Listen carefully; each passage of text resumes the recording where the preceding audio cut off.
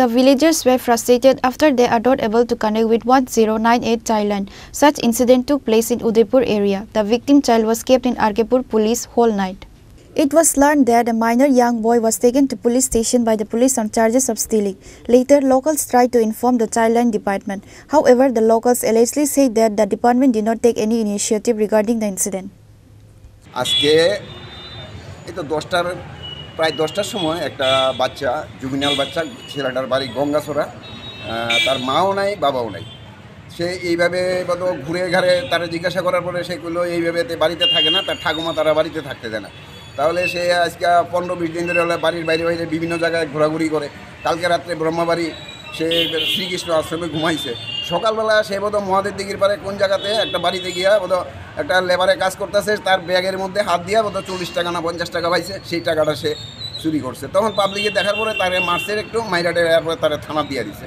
তখন আমি থানাতে দেখলাম যে এখন পর্যন্ত সঙ্গে সঙ্গে আধা ঘন্টা পরে আমি ফোন করলাম 1098-এ যে এটারে কী করা যায়। তখন তারা ইনফরমেশান দিল যে আপনারা ঠিক আছে, আমি আপনারা আধা ঘন্টা পরে কইতাছি। এরপর আধা ঘন্টা পরে কইলো যে তারা CWDCর সঙ্গে আপনি কথা কন, আপনার ডিস্ট্রিক্ট লিগাল সার্ভিসের PLB যেহেতু আপনার কথাগুলিই সারবো, আর কোনো কেউ লাগতো না।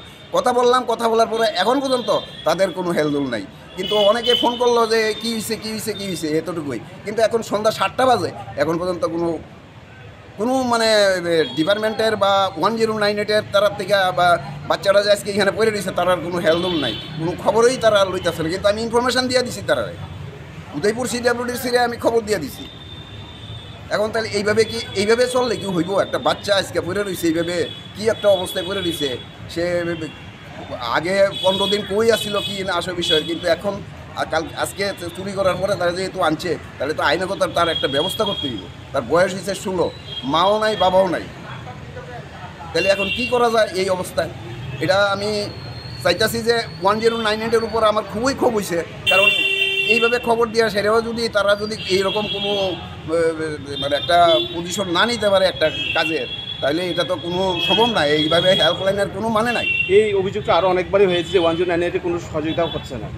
সহযোগিতা তারা শুধু খবর দিয়ে দেয় এখানে করো, কিন্তু ওইখান থেকেও করতে তারা ভীষণ কষ্ট। মানে কবে যে করবো কোনো সিউটি নাই। এখন পর্যন্ত রাত সকাল 10টার থেকে এখন রাত 7টা বাজে, এখন পর্যন্ত কোনো খবরই নেই। বাচ্চারা এইভাবে পড়ে রয়েছে, তাহলে এই সময় আইনের কী মানে আছে?